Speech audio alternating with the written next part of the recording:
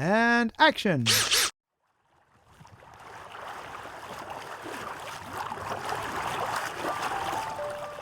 Welcome along to another Filming and Fettling. And this episode is all about Golden Vanity. If you haven't seen the film over on Tom Cunliffe's YouTube channel, head over there first, the link's in the description below, and then pop back here where I'll give you some behind the scenes snippets from when we filmed aboard. And that's a nice transition from a bit of old cine film treatment back to modern day and the glorious sight of Golden Vanity here in Southampton Water.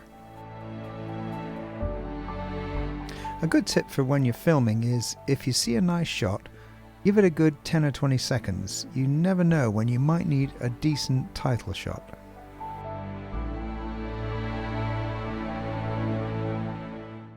Yeah, not too bad, especially when filming from a rib. It can get quite bouncy out there.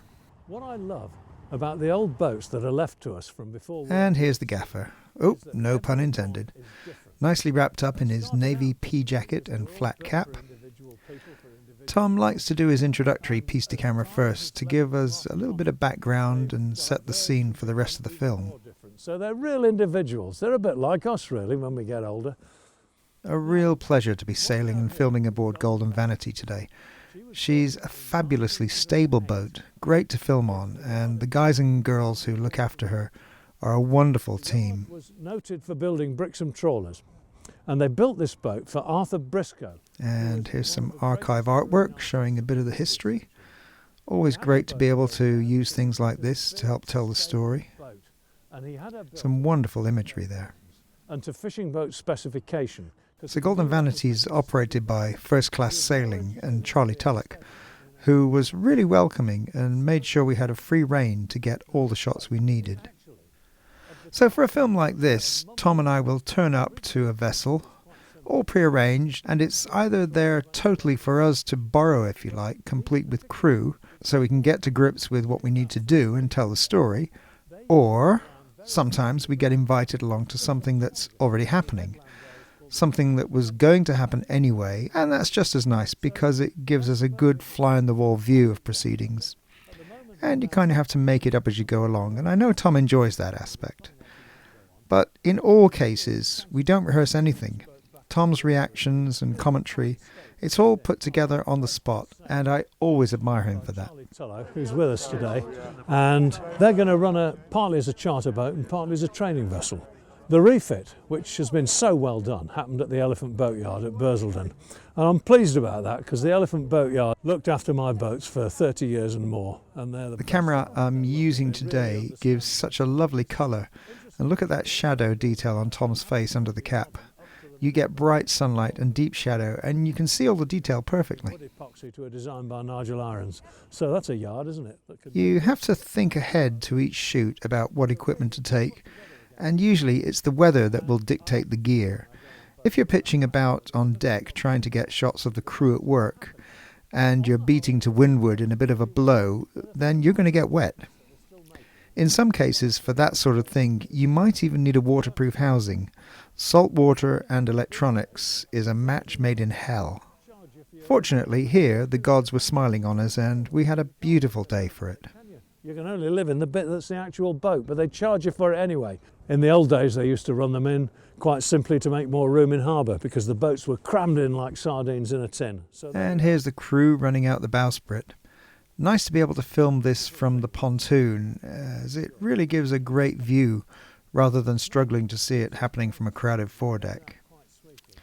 It's quite a lengthy operation, so to condense time, I've inserted that shot there as a bridge, if you like, to cross the gap that otherwise would result when I chopped the shot in half, to speed things up a bit. So we're watching in shorter than real time, but not losing any of the important detail. Bow of the boat, like a cat's whiskers, and that's why it's called a whisker shroud. When the bowsprit's right out, it's secured in the bits. Tom loves the detail in describing what's going on, and I know a lot of his fans love him for that. It's that attention to detail that brings in the viewers, and why not? It seems so rare these days that this sort of film even appears on broadcast TV, and I think that's where YouTube has really earned its stripes by giving people access to exactly what they want. I've worked in UK broadcast for over 45 years now, and I never thought I'd ever say that something like YouTube would overshadow the traditional telly. But films like these seem to be the proof of the pudding. I definitely think that the whole nature of broadcast will change, as it has been changing slowly over the past few years, and turn into something completely different yet again. And actually, I think it's for the better. It means you and me get much more choice about what we watch and how and when we watch it. Meanwhile, back aboard Golden Vanity, and we've got a cracking bow wave shot thanks to a GoPro on a long pole. I love filming these sorts of shots with the big camera. You have to have the camera at waist level with full access to the viewfinder for both eyes, so you can sort of swing it around like a lead guitar. Absolutely brilliant to feel her actually sailing, and it's lovely to feel her come to life. She's just like another pisty, which is a nickname for a piece to camera. Nice cutaway there to illustrate what Tom's talking about. Such a majestic shot with that blue sky behind.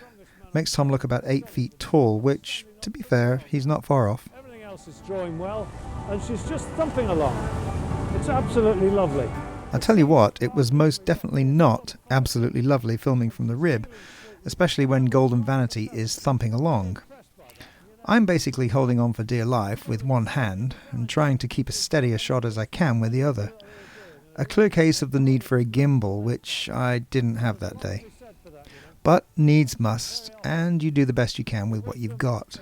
It's not a multi-million-pound feature film, so we've only got one chance at it, and all things considered, I don't think it looks too bad. I know Charlie the owner and Tom enjoyed seeing these shots, and so hopefully do you. I was aware she'd come up for sale.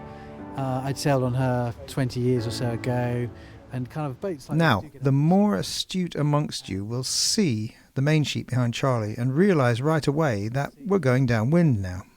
And there's a good reason for this. When you're filming an interview, you really want a nice, steady, controlled situation to do it in. And if the boat is rocking and rolling about, well, it's not going to help much. So I always plan to film any interviews with Tom's guests while we're running before the wind. It makes everything a lot easier.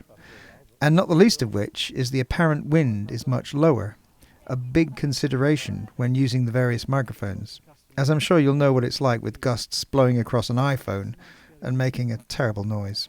I do have some windshields or wind gags like this one, and they do help the situation a lot, but with gusting wind it's never a brilliant solution.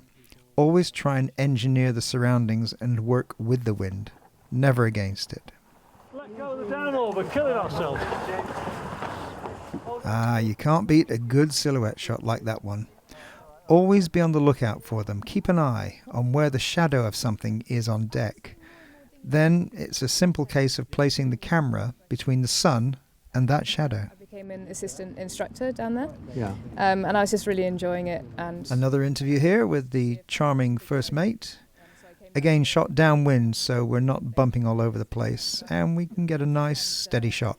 yeah, I just thought, this is amazing. That was a wide shot cutaway, so I used the cutaways during an interview to be able to shorten the interview so we can keep things moving along in a timely fashion. Like that shot of Tom there, it breaks up the sequence nicely and keeps our interest focused on what the person being interviewed is actually saying.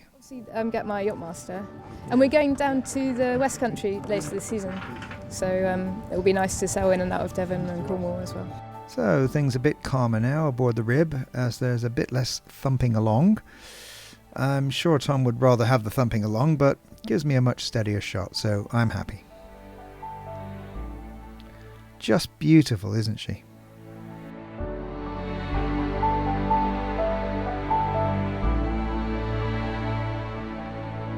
It's interesting watching people sailing the boat today when we've had a bit of breeze. You feel there's a lot of people, and sometimes you feel you need them all to sail the boat because she is quite hefty. But, So we've reached Tom's final pisty. don't ask me how to spell peasty. I have absolutely no idea. I just know it's what we call a peasty. I rather like this poise and position. It's nice and calming. So if you're filming someone, maybe think about more than just what the background is. Think about the position of your subject. Is he or she perched somewhere that just looks awkward? You got to make them feel comfortable and relaxed, and you'll get a much better result overall. I think Tom could easily have nodded off here. He was just loving reclining in the sun, holding court to the camera. There's an old saying that goes, "The camera either likes you or it doesn't." And all I know is that the camera definitely likes Tom. And it bloody well hates me. That's why you'll never see me. I learned early on which side of the camera to stay on. And to be fair, I've got no regrets. I had a lovely rib driver called Vicky that day, and she was great. You have to be clear in your instructions, where to place the rib, which direction to head in relation to the subject boat, almost as complicated as telling a helicopter pilot where to fly.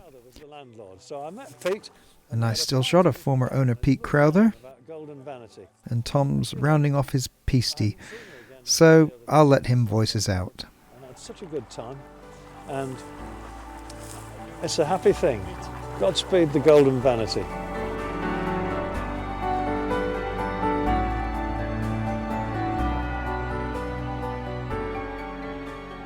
One of my favourite films I've made with Tom. Loved shooting and editing this one.